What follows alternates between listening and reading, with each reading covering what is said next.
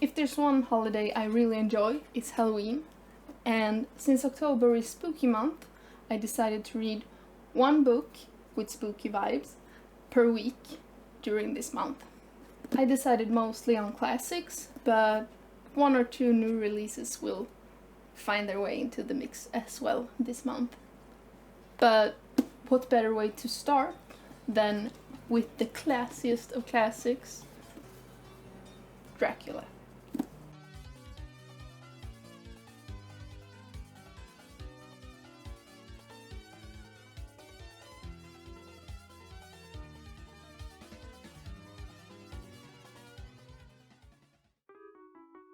I started this book while on a cruise, so the first few chapters might not have gotten the full attention they deserved, but either way I really enjoyed especially those first few chapters. They painted a really great picture of what kind of dangerous monster our titular vampire really is. At first I was a little bit put off by the formatting of this specific version, since the chapters doesn't always start on the right side of the spread, but instead start on the next page after the last chapter ended.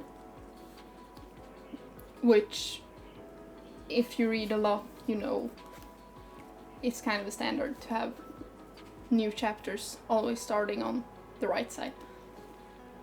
There was also some small formatting issues later on where a text connected to the wrong letter and not the one it was intended for, but I could live with it. It wasn't anything too absurd. My only real issue was that the second fourth of the book felt a bit too slow for me, and while I see the importance of all those parts for the story, it was a bit hard to get through.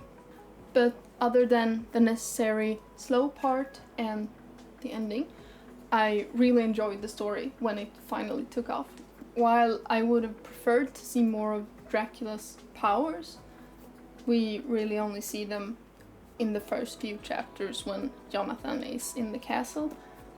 The fear he inflicted in the other characters really came across realistic and strong. But somewhere along the lines, it kind of felt like we were more scared of the stories about Dracula than the vampire himself. Other than Jonathan, none of the other characters really sees the more dangerous parts of the vampire. Like, sure, they see that he turns Lucy into vampire, but even then they don't really see him very much. They kind of see the bat flapping at the window and the result of him. But other than those first moments in the castle, we really only hear about how dangerous Dracula is. I guess there's also the vampire baptism thing, but even then we're really far into the story and they're already really scared by then. Some of the facts also doesn't really seem to add up.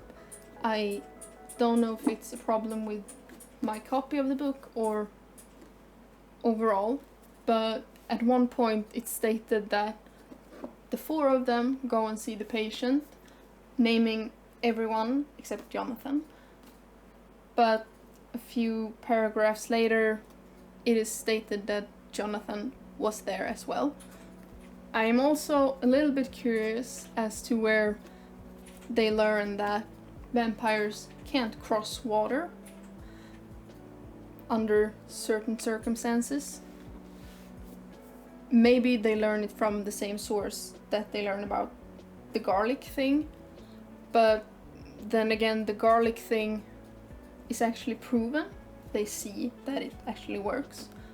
Maybe I missed something, but I don't remember reading anything about seeing any proof that vampires can't cross water during certain circumstances. And this might not have been an issue if it weren't for the fact that at one point their whole plan relies on this specific fact. I don't know, if I were to travel from England to Transylvania chasing down a monster, I would want to make sure that he really can't get out of the boat. I would have preferred to see more of Dracula himself, if not for my own indulgence. I think it would have been a great opportunity to ground some facts about vampires and show some of his weaknesses, as well as some of his strengths.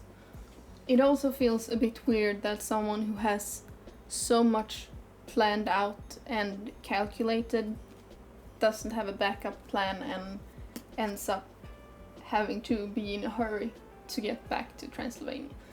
But I can accept that. I mean, if it weren't for his hurry back home, we wouldn't have gotten the picture of him in a straw hat. One of the other things I had a problem with was the ending, but if you don't want that spoiled for you, I will leave a time code and you can skip to after the spoiler.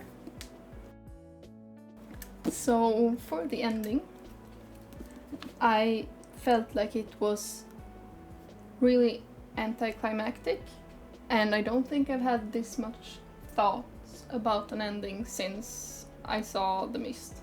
The author did a really great job to building up to the last fight, only for it to be as one-sided as a fight could have been.